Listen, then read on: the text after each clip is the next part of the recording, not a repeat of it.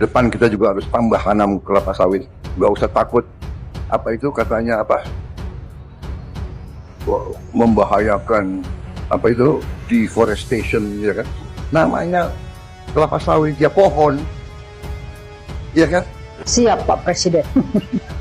Bapak bilang jangan takut deforestasi. Dan Allah menjawab kontan pernyataan Bapak. Ini jawabannya. Jawaban ini bukan dari aktivis, bukan dari oposisi, apalagi dari pembenci Bapak. Tapi alam yang menjawab langsung pernyataan Bapak. Lihat. Menurut Global Forest Watch di tahun 2001 sampai 2024 itu ada sebesar 32 juta hektar kita kehilangan tutupan pohon. Artinya hampir 20% kita kehilangan hutan dibanding tahun 2000. Itu baru data nasional dari Tapanuli. Belum lagi Kalimantan, Sulawesi, Papua yang lahannya terus dibuka untuk hilirisasi dan untuk kelapa sawit. 1 tahun setelah Prabowo mengatakan jangan takut deforestasi, banjir datang bersama ribuan kubik kayu gelondongan. Ini adalah corpus delicti atau bukti fisik tak terbantahkan bahwa di hulu sungai, hutan lindung yang seharusnya menjadi penyerap air telah dibabat habis. Negara lain,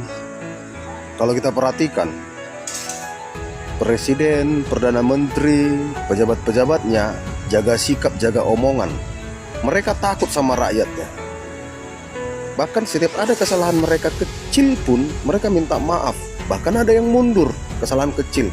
Tapi kalau di Indonesia ini, mulai dari presiden, menteri-menteri, petinggi-petinggi di polisi, di TNI, ngomongnya itu kok kayak apa ya? Kayak nggak ada mikir. Asal ceplos-ceplos, salah paling klarifikasi, nggak pernah minta maaf, arogan. Iya kan? Ini juga Bapak Presiden, kelapa sawit. Kelapa sawit itu merusak tanah. Pidato Prabowo yang mengatakan jangan takut deforestasi akhirnya langsung dijawab oleh alam. Banjir bandang dan longsor melanda Sumatera. Nah, korban mencapai ratusan orang.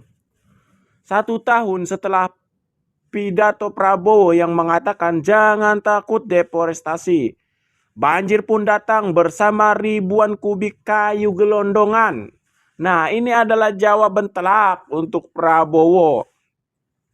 Bahwa di hulu sungai hutan lindung yang seharusnya menjadi penyerap air telah dibabat habis oleh manusia-manusia rakus untuk dijadikan kebun sawit.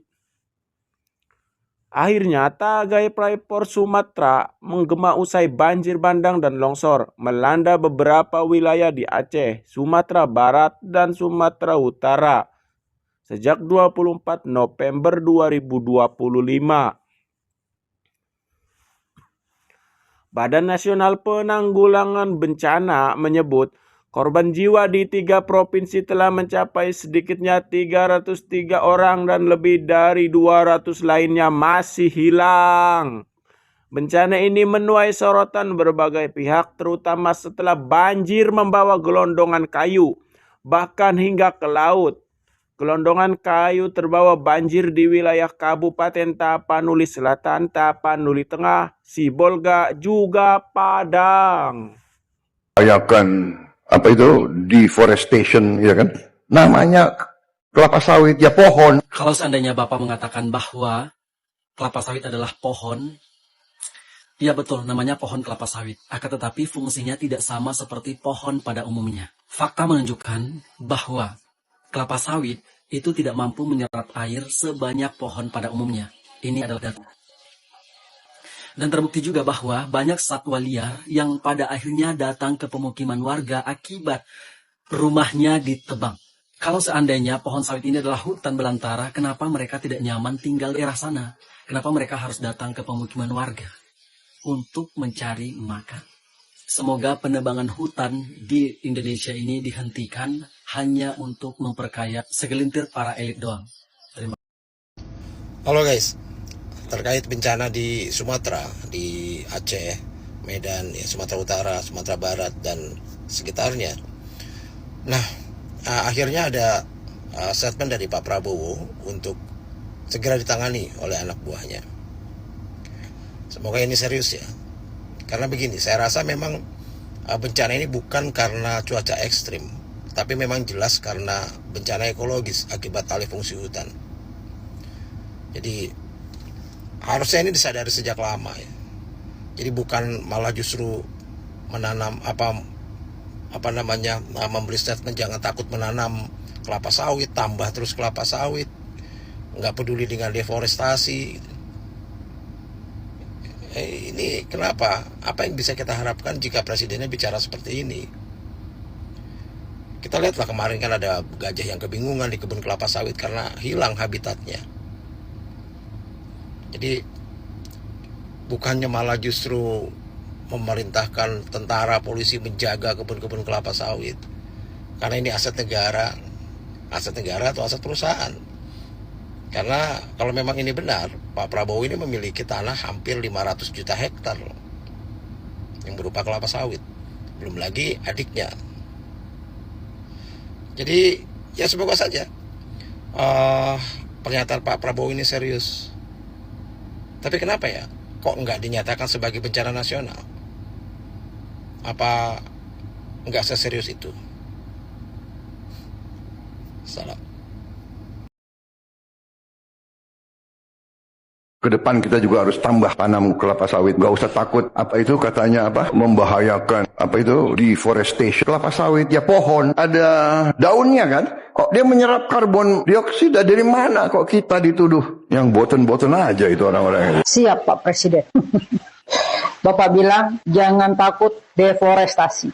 Dan Allah menjawab kontan pernyataan Bapak. Ini jawabannya. Jawaban ini bukan dari aktivis, bukan dari oposisi, apalagi dari pembenci Bapak. Tapi alam yang menjawab langsung pernyataan Bapak. Lihat, menurut Global Forest Watch di tahun 2001 sampai 2024 itu, ada sebesar 32 juta hektar kita kehilangan tutupan pohon. Artinya hampir 20% kita kehilangan hutan dibanding tahun 2000. Itu baru data nasional dari Tapanuli. Belum lagi Kalimantan, Sulawesi, Papua yang lahannya terus dibuka untuk hilirisasi dan untuk kelapa sawit. Kita buka lahan kelapa sawit, oke. Kita hilirisasi nikel sesuai dengan moto Bapak pada saat kampanye, oke.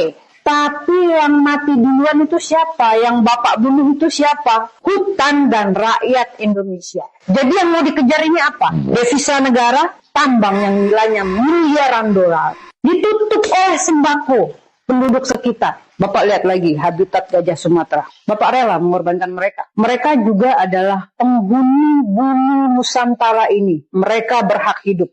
Ini gajah, hewan terbesar di hutan. Sekarang jalan tidak tentu arah. Mereka nggak ngerti hilirisasi, mereka nggak ngerti deforestasi. Yang jelas mereka itu takut mati saat ini. Dan ini orang hutan. Bapak lihat, orang hutan turun ke lokasi tambang. Dia ini bukan karyawan, dia bukan mandor, dan dia juga nggak gajian. Dia ini cuma kehilangan rumah mereka, hutan mereka. Dan jika Bapak melihat dengan kejujuran, banjir saat ini bukan sekedar air. Tapi lihat, kayu-kayu gelondongan, kayu-kayu yang baru ditebang, kayu-kayu lok, hanyut terbawa air. Artinya apa? Sudah ada penggundulan besar-besar di hutan tersebut. Jadi kalau kita ini berbicara tentang deforestasi, ini bukan kampanye hitam, ini bukan drama, tapi ini realita. Hutan itu bukan musuh negara, tapi pelindung bumi Nusantara dan pelindung rakyat Indonesia. Begitu hutan dibunuh demi oligarki, rakyat yang dikorbankan duluan, habitat hewan di alam juga hilang. Masih kurang paham. Jadi mungkin karena rakyat itu dianggap kere, nggak punya duit, dan hewan itu dianggap makhluk ilegal, jadi Bapak ingin binasakan. Alam ini sudah kasih peringatan dari banjir bandang, gajah turun ke pemukiman, orang hutan kehilangan rumah. Jadi kalau negara ini masih pura-pura nggak lihat, kita akan tunggu. Nanti alam yang akan menegur lebih keras. Jaga sikap, jaga omongan. Mereka takut sama rakyatnya. Bahkan setiap ada kesalahan mereka kecil pun, mereka minta maaf. Bahkan ada yang mundur, kesalahan kecil. Tapi kalau di Indonesia ini, mulai dari presiden, menteri-menteri, petinggi-petinggi di polisi, di TNI, ngomongnya itu kok kayak apa ya? Kayak nggak ada mikir. Asal ceplos-ceplos, salah paling klarifikasi, nggak pernah minta maaf, arogan. Iya kan? Ini juga Bapak Presiden kelapa sawit. Kelapa sawit itu merusak tanah. Merusak, Bapak. Dia sangat arogan itu kepada tanah. Mengeringkan tanah. Akar serabut. Memang perlu kelapa sawit, tapi perlu keseimbangan. Keseimbangan, Bapak. Menteri Kehutanan, lagi ada bencana, dia asik main-main acara-acara di PSI. Ya, Kementerian Kehutanan ngomong pohon itu tumbang bukan karena penebangan, tapi karena banjir. Ekor kau itulah. Ku cabut nanti tak lalakmu itu biar tahu kau. Kau ngomong nggak mikir kau. Masih sanggup kau ngomong seperti itu. Harusnya kalian jaga sikap saat berduka, saat banyak korban jiwa. Ya, ada lagi menteri bencana ini saatnya untuk memperbaiki sistem aturan-aturan kehutanan. Harus makan korban juga jiwa. Harus makan korban jiwa ratusan orang baru memperbaiki sistem. Gak ada otak kalian. Tak apa. Kok bisa lah kalian jadi pejabat ya? Tapi iyalah, jadi pejabat di negara ini kan bukan karena pintar. Punya uang, punya link, pandai bersandiwara, ya masuk gorong-gorong, masuk ke parit-parit, muluk-muluk rakyat miskin, habis itu hilang. Itulah kalian. Saat kampanye gebrak-gebrak meja, tidak ada lagi intimidasi, tidak ada lagi kesengsaraan. Di sisa-sisa hidup saya akan berbakti kepada negara, mensejahterakan rakyat, kedaulatan negara. Ada bandara di Indonesia bebas. Siapa presiden dulu itu? Siapa menteri pertahanan?